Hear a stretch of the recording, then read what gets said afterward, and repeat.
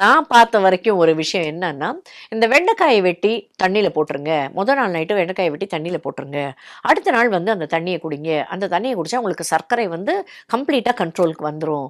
அப்படின்ட்டுன்னு ஒருத்தர் வந்து ஒரு இன்ஃப்ளூயன்சர் வந்து சொல்றாரு. வெண்டைக்காய் வந்து ஒரு அருமையான ஒரு காய்கறி. அதுல வந்து உங்களுக்கு ஃபைபர் கரையா நார்ச்சத்து நெறைய இருக்கும் வெண்டைக்காயில. கால்சியம் சத்து, மற்ற விதமான மைக்ரோ நியூட்ரியன்ட்ஸ் எல்லாம் நிறைந்த ஒரு காய்கறி. இத நீங்க காய்கறியா சாப்பிட்டா, அந்த நார்ச்சத்துனால அதோட லோ கிளைசெமிக் இண்டெக்ஸ் அண்ட் லோடுனால உங்களுக்கு உடம்புல ரத்தத்துல சர்க்கரை அளவு ஜாஸ்தி ஏறாது.